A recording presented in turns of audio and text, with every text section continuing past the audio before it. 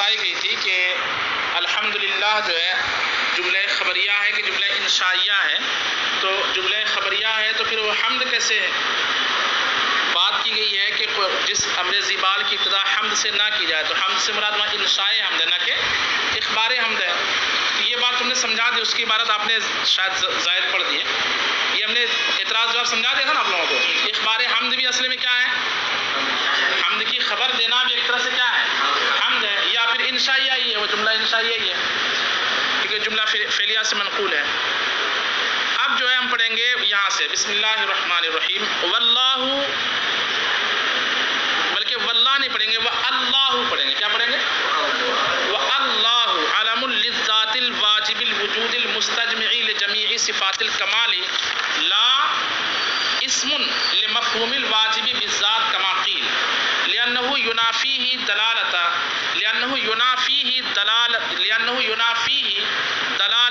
دلالة كلمة التوحيد عليه ولذلك اختار ذلك دون الرحمن. ثم أراد بعد الإيماء إلى الاستجماع لجميع صفات الكمال بالإجمال أن يفصل بعضها مع الإشارة ببراءة الاستهلال فقال الذي لا مانع لحكمه مريدا بالمنع معناه اللغوي ويحتمل أن يكون المراد المعنى الاصطلاحي بجعل انکار المنکرین کلا انکار لوجود ما ان تعملوا فيه ارتدعوا عنه كقوله لا ریب فیہ.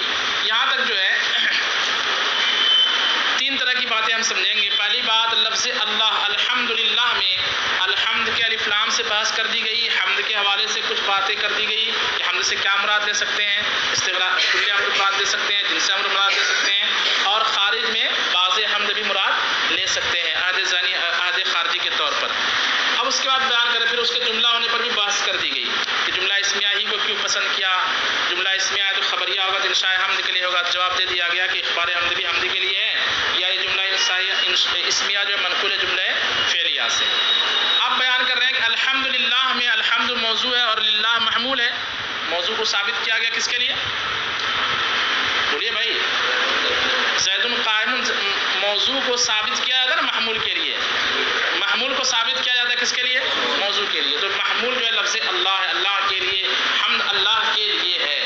تو اب جو ہے لفظ اللہ پر بحث کرتے ہوئے انہوں نے موٹی بات بیان کی. لفظ اللہ کے اشتقاق سے انہوں نے بحث نہیں کی ہے نا, کہ لفظ اللہ کا مشتق منہ کیا ہے, اور جو ہے اور بھی اس میں تفصیل ان تمام تفصیل کو چھوڑ کر کے دو موٹی بات انہوں نے بیان کی ہے کہ لفظ اللہ جو ہے علم ہے یا اس میں مفہوم کلی ہے. ٹھیک ہے, اشتقاق کے اعتبار سے بحث نہیں کی, اطلاق کے اعتبار سے بحث کریں کہ لفظ اللہ کا اطلاق جو ہے بطور علم ہے یا بطور اس میں مفہوم کلی ہے. دونوں میں فرق سمجھیے. علم جب ہوگا تو علم کی وضع خاص ہوتی ہے اور موضوع لہو بھی خاص ہوتا ہے. علم کی وضع کیسے ہوتی ہے؟ خاص, اور موضوع لہو بھی خاص ہوتا ہے. اور اس میں مفہوم کلی میں کیا ہوتا ہے کہ اس کی وضع تو خاص ہوتی ہے لیکن موضوع لہو اس کا عام ہوتا ہے, مفہوم کلی ہوتا ہے. اور کبھی کبھی ایسا ہوتا ہے کہ اس میں مفہوم کلی میں کسی سبب سے غلبہ علم ہو جاتا ہے. کیا ہو جاتا ہے؟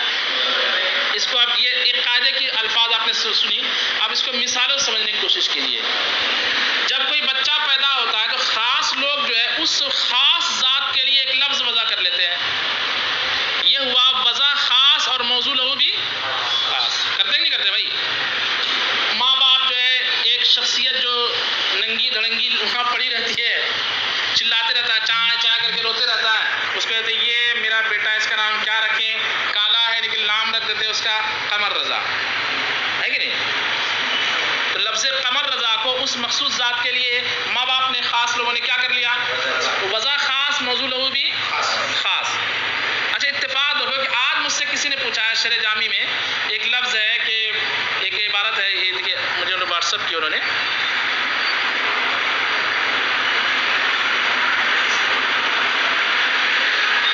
بہت کچھ تو حل کیا ہے مگر آپ کی رہنمائی کی درکار ہے. اس میں ایک لفظ ہے وَإِنْ كَانَ الْمَوْضُوعُ لَهُ, کا ہے وہ, اس میں وہی عبارت ہے جو میں آپ کو سمجھا. فَإِنَّ الْوَضْعَ فِيهَا إِنْ كَانَ عَامًا لَكِنَّ الْمَوْضُوعَ لَهُ خَاصٌ. یہ دیکھیے, وضع عام موضوع لہو عام, وضع خاص موضوع لہو خاص, وضع عام موضوع لہو خاص, وضع خاص موضوع لہو عام. اس میں سے ایک بات میں سمجھانا چاہ رہا ہوں آپ کو یہاں پہ کہ مفہوم کلی کے لیے کسی کو وضع کیا جاتا ہے اور کسی کو وضع کیا جاتا ہے خاص معنی کے لیے. جیسے علم موضوع ہوتا ہے کس معنی میں؟ وضع موضوع لہو اس کا خاص ہوتا ہے، ایک فرد ہوتا ہے. اس میں جب وضع عام ہو، موضوع لہو وضع خاص ہو اور موضوع لہو بھی خاص ہو تو اس میں تکسر کا مفہوم محال ہے. کیا محال ہے؟ اس میں کثرت کا مفہوم کیا ہے؟ محال ہے. مثال کے طور پر جب ایک شخص کے لیے ایک خاص لوگوں نے وضع کر دیا کہ قمر رضا اس کا نام ہے تو وہ قمر رضا بہت لوگوں کو نہیں سمجھ سکتا. قمر رضا کے افراد نہیں پائے جائیں گے بلکہ قمر رضا ایک ہی ہوگا کیونکہ وضع بھی خاص ہے اور موضوع لہو بھی کیا ہے؟ خاص. ہاں وضع عام ہے کہ چند لوگوں نے اس نے بھی قمر رضا، اس نے بھی قمر رضا، اس نے بھی قمر رضا کر دیا تو ہر ایک کے لیے وضع تو عام ہے لیکن اس میں بھی موضوع لہو سب کے لیے کیا ہے؟ خاص ہے. اس علاقے کے لیے قمر رضا وہ ہے، وہاں ناگپور میں قمر رضا اس کے لیے وہ قمر رضا ہے، کانپور میں قمر رضا اس کے لیے وہ قمر رضا ہے. تو یہاں وضع تو عام ہے کہ ادھر بھی ایک وضع، ادھر بھی ایک وضع، ادھر بھی ایک وضع، لیکن سب کے لیے موضوع لہو کیا ہے؟ خاص ہے. بات سمجھ آ رہی ہے؟ تو جب وضع خاص ہو، موضوع لہو بھی خاص ہو تو اس میں کثرت کی کوئی گنجائش. علم میں کیا ہوتا ہے؟ موضوع لہو وضع بھی خاص اور سمجھ گئے بات کو. اور ایک ہوتا ہے کہ موضوع لہو عام ہو جاتا ہے. جیسے مثال کے طور پر ایک لفظ عباس اور ایک لفظ ابن عباس. عباس کیا ہے؟ موضوع لہو خاص ہے کہ نہیں اس کے اندر؟ عباس موضوع لہو خاص ہے کچھ لوگ. اور ابن عباس کا معنی کیا ہوگا؟ جو بھی عباس کا بیٹا ہے، جو بھی عباس کا بیٹا وہ ابن. یہ علم ہے کیا؟ بلکہ ایک ذات کا اسم ہے. یہ ایک مفہوم کلی کا کیا ہے؟ یہ مفہوم کلی کیا؟ جو بھی عباس کا بیٹا وہ کیا ہے؟ ابن عباس. یہ مفہوم کلی جو بھی ابن عباس ہے، عباس کا بیٹا ہے وہ مفہوم کلی ہے. جو بھی حیوان ناطق ہے وہ کیا ہے؟ انسان ہے. تو انسان کا موضوع لہو کیا ہے؟ عام ہے کہ خاص ہے؟ عام ہے نا. جب موضوع لہو عام ہو، جب موضوع لہو کیا ہو تو اس میں کثرت پائی جائے گی، کثرت کی گنجائش رہے گی لیکن ضروری نہیں ہے کہ اس میں کثرت ہو. جیسے لفظ شمس موضوع ہے اس ذات کے لیے جس سے دن کا وجود ہوتا، اس مفہوم کے لیے، اس ذات کے لیے جس سے دن کا کیا ہوتا ہو. لیکن کیا اس کے افراد بہت زیادہ ہیں کیا؟ لیکن مفہوماً اس کے افراد کیا ہیں؟ اس کو کلی کہا گیا نا. اس کو کیا کہا گیا ہے؟ جو کثیر مختلفین بالحقائق پر ما ہوا کے جواب میں جو کثیر افراد پر وہ تو جنس ہو جائے گا. اس کو کلی کہا گیا ہے. اس کے افراد کیا ہیں؟ اگرچہ ذہن میں ہے، خارج میں نہیں ہے. خارج میں کتنا ہے لیکن تکسر ہے کہ نہیں؟ وہاں پہ کثرت ہے کہ نہیں؟ کیوں؟ کیونکہ اس کو مفہوم کلی کے لیے رحمان کس کو کہیں گے؟ وہ ذات جو رحم کرے وہ رحمان ہے. وہ ذات جو، لیکن کیا ہوا کہ اس مفہوم کلی کے لیے جو بھی رحم کرے یہ مفہوم کلی ہے، اس کے لیے وضع کیا گیا لفظ رحمان کو. لیکن اس میں غلبہ علم جو ہے غالب ہو چکا. اس لفظ پر کیا ہو چکا؟ علمیت کیا ہو چکی ہے؟ غالب ہو چکی ہے. اب رحمان جو ہے اللہ کے سوا کسی کو، جیسے ابن عباس پر علمیت غالب ہو گئی کہ عبداللہ ابن عباس ہی کو کیا کہا جاتا ہے؟ ابن عباس. حالانکہ ابن عباس وضع کیا گیا ہے مفہوم کلی کے لیے لیکن اس پر غلبہ کس کا ہو چکا؟ علمیت کا. بات سمجھ میں آ رہی؟ کچھ نہیں آ رہی؟ تو ایسے ہمارے درمیان 50,000 الفاظ ہیں کہ غور کریں گے تو اس کی وضع کس کے لیے ہوئی ہے؟ مفہوم لیکن اس کا اطلاق کسی آدمی کے ساتھ، کسی ذات کے ساتھ، کسی شے کے ساتھ خاص ہے. جیسے اعلیٰ حضرت، ہر وہ ذات جس میں جو اعلیٰ ہے وہ کیا ہے؟ لیکن یہ خاص ہو گیا کس کے لیے؟ ایک ذات کے لیے. تو ہے اس کی وضع، اعلیٰ حضرت کی وضع کس کے لیے؟ مفہوم کلی کے لیے. کس کے لیے خاص ہے؟ مفہوم کلی کے لیے خاص ہے. بیضاوی مفہوم کلی کے لیے خاص ہے. لیکن جب علامہ بیضاوی کہتے ہیں تو انوار التنزیل و اسرار التاویل کے مصنف ہم سمجھتے ہیں کہ یہ حالانکہ بیضاوی ہر وہ شخص ہے جس کا تعلق بیضا سے. بات کو سمجھ میں نہیں آ رہی ہے؟ تو ایسا ہوتا ہے کہ کوئی لفظ کی وضع مفہوم کلی کے لیے ہوتی ہے لیکن اس میں اسمیت یا معنی علمیت کا کیا ہو جاتا ہے؟ غلبہ ہو جاتا ہے. اور اس طور پر جو ہے اس لفظ کا اطلاق کسی خاص ہی ذات کے لیے ہونا شروع ہو جاتا ہے. لفظ اللہ کے بارے میں یہ دو اختلاف ہے کہ لفظ اللہ علم ہے یا اس میں مفہوم کلی ہے. تو اس میں علامہ سعد الدین تفتازانی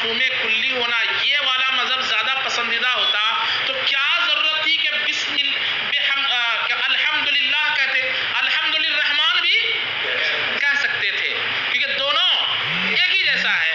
جو مفہوم رحمان کا جس کے لیے اطلاق لفظ اللہ کا ہوتا ہے اسی کے لیے اطلاق لفظ رحمان کا ہوتا ہے. جیسے لفظ رحمان مفہوم کلی کے لیے وضع کیا گیا، ایسے لفظ اللہ مفہوم کلی کے لیے وضع کیا گیا. جیسے لفظ رحمان خاص ہے اللہ کے ساتھ، ذات اللہ کے ساتھ، ویسی لفظ اللہ بھی خاص ہے کس کے ساتھ؟ اس کے بعد جب دونوں برابر ہے لیکن اس کے باوجود رحمان کے بجائے کس کا استعمال کرنا؟ لفظ اللہ کا استعمال کرنا. یہ اس بات پر دلیل ہے کہ ان کے نزدیک دونوں برابر نہیں ہے. یہ ایک طرح سے انہوں نے اشارہ کر دیا کہ مصنف کا مذہب بھی یہی ہے کہ لفظ اللہ علم ہے نہ کہ مفہوم کلی کا اسم ہے. اس کے بعد جو ہے ایک بات بیان کی گئی کہ جب لفظ اللہ کہا انہوں نے، اور لفظ اللہ کس کو کہا جاتا ہے؟ جو تمام اچھی صفات کا کیا ہو؟ جامع ہو. تو ان تمام جامع صفات میں سے ایک صفت کو آگے بیان کیا گیا. یہ عبارت وہ اس لیے لا رہے ہیں بیچ میں کہ الحمدللہ کے بعد ماتن نے فرمایا الحمدللہ الذی لا مانع لحکمہ. الحمدللہ الذی، تمام تعریف اس اللہ کے لیے جس کے حکم کو کوئی روکنے والا نہیں ہے. تو الذی لا مانع حکمہ، اللہ کی تمام صفات، کئی صفات میں سے، انگنت صفات میں سے یہ والی صفت انہوں نے ماتن نے کیوں پسند کی؟ اس کا جواب دیتے ہوئے انہوں نے کہا کہ جناب یہ والی صفت پسند کرنے کی ایک وجہ ہے، خاص وجہ ہے. وجہ یہ ہے کہ الحمدللہ جب کہا تو اللہ تمام صفات کمالیہ کے جامع کی ذات کو کہا جاتا ہے. تو ان تمام صفات کمالیہ میں سے ایک صفت کو بیان کیا اور کہا الذی لا مانع حکمی. یہی صفت کیوں بیان کیا اور دوسری صفت بیان نہیں کیا؟ یہی صفت اس لیے بیان کیا کیونکہ اس کتاب کو جس فن میں لکھا جا رہا ہے وہ فن ہے فن مناظرہ. اور یہ جو صفت لا مانع لحکمہ میں فن مناظرہ کی ایک اصطلاح کی طرف اشارہ ہے، اور وہ اصطلاح ہے لفظ منع. کیا ہے؟ کہ مستدل نے جب اپنا استدلال کیا تو اس پر معنی کیا کر سکتا ہے؟ منع وارد کر سکتا ہے. تو برات استحلال کی خوبی کو دیکھتے ہوئے، کس کو دیکھتے ہوئے؟ برات استحلال کی طرف اشارہ کرتے ہوئے، اس بات کی طرف اشارہ کرتے ہوئے کہ جناب ہم جس کتاب کو لکھ رہے ہیں اس میں کس طرح کی باتیں ہم ذکر کریں گے، ان باتوں کی طرف اشارہ کرنے کے لیے جس کو کہا جاتا ہے برات استحلال کے خطبہ میں تمہیدی طور پر ایسی بات بیان کی جائے جس سے اشارہ ہو جائے کہ آگے مصنف کیا کہنا چاہ رہا ہے. اس کی طرف اشارہ کرنے کے لیے کئی صفات میں سے مصنف نے کس صفت کو اپنایا؟ لا مانع لحکمہ کو. تو آگے کی جو عبارت الذی لا مانع لحکمہ، اس کا تعلق پہلے کی عبارت سے کیوں ہے، کس لیے ہے، اس کو بیان کرنے کے لیے بتایا کہ جناب برات استحلال کی طرف اشارہ کرنے کے لیے یہی صفت بیان کی گئی. اب اس عبارت کا معنی الذی لا مانع لحکمہ معنی ہوگا وہ کہ جس کے حکم کو کوئی روکنے والا. حکم کا معنی کیا؟ حکم معنی اسناد و شیء لا شیء آخر کو کیا کہا جاتا ہے؟ حکم. حکم کی الگ الگ جو ہے تعریف، حکم کے الگ الگ معنی یہ پتہ ہے آپ کو؟ حکم کے غالباً 7 یا 7 معنی ہیں، 6 معنی لسٹ ہو رہا ہوں. اس میں سے ایک معنی ہے اسناد و شیء الی شیء آخر، ایک چیز کی دوسری چیز کی طرف کیا کرنا؟ اسناد کرنا. اسی کو نسبت بھی کہتے ہیں. اسے کیا کہتے ہیں؟ تو معنی ہوگا الذی لا مانع لحکمہ، معنی ہوگا اللہ کی نسبت کو کوئی تو روکنے والا. نسبت سے مراد کیا؟ کہ اللہ تبارک و تعالیٰ جب ایک شے کے لیے دوسری شے کی طرف کوئی چیز نسبت کر دے، جیسے اللہ تعالیٰ یہ ارادہ ہو کہ اس کے پیٹ میں پیدا ہونے والا بچہ لڑکا ہے، یہ اسناد، یہ حکم ہے، یہ اللہ کا کیا ہے؟ حکم ہے. تو اب کوئی نہیں جو کہہ دے کہ یہ کیا ہے، یا اس کا حکم ہے کہ یہ فلاں دن مرنے والا ہے، یہ اسناد ہے نا، یہ فلاں دن مرنے والا ہے. اس حکم کو کوئی روکنے والا نہیں ہے، اس صفت پر کوئی اعتراض نہیں ہے. منع کا اگر ہم لغوی معنی مانتے ہیں تو لغوی معنی کیا؟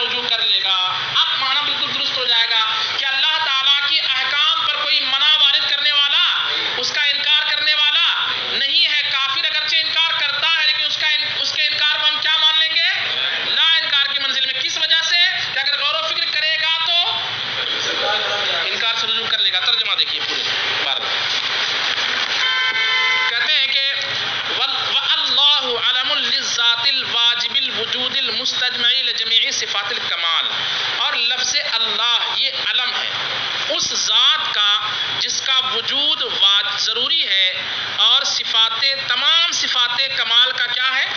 جامع ہے، مستجمع لازم کا جامع ہے.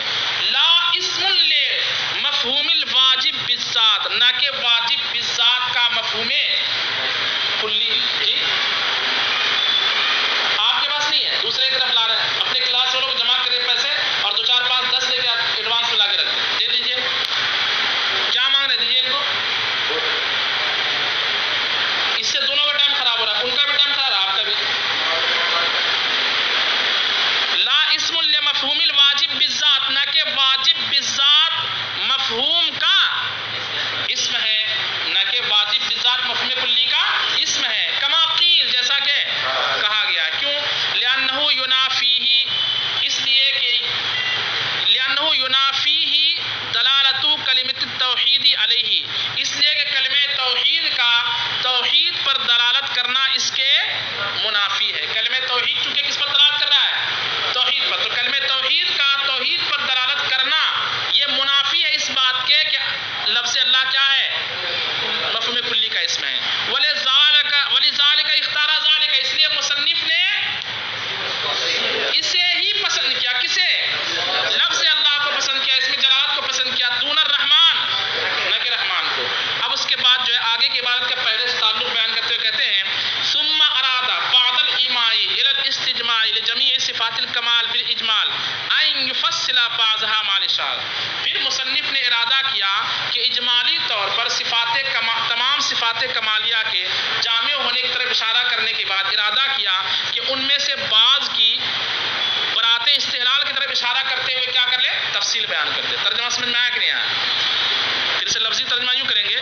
پھر ارادہ کیا مصنف نے اشارہ کرنے کے بعد تمام صفات کمالیہ کے جامع ہونے کی طرف اجمالی طور پر کیا ارادہ کیا؟ ان یفصل، کہ وہ تفصیل بیان کرے بعض صفات کی مال اشار کے برات استحلال کی طرف اشارہ کرتے ہوئے فقال، انہوں نے یہ کہا الذی لا مانع لحکمی، وہ ذات جس کے حکم کو کوئی روکنے والا نہیں. یہ ترجمہ کون سا ہوگا؟ لغوی. اور وہ ذات جس کے حکم کا کوئی انکار کرنے والا نہیں، یہ ترجمہ کس کا ہوگا؟ جب معنی سے اس طرح ہے. دونوں اردو ترجمہ میں فرق رکھیں. مریدم بالمنع معناہ اللغوی، لفظ منع سے اس کے لغوی معنی کا ارادہ کرتے ہوئے عبارت ہوگی مریدم بالمنع معناہ اللغویہ. کیا پڑھیں گے؟ لغویہ کیوں پڑھیں گے؟ مریدن کا مفعول بھی واقع ہوگا. مریدم بالمنع معناہ اللغویہ، لفظ منع سے اس کے لغوی معنی کا ارادہ کرتے ہوئے.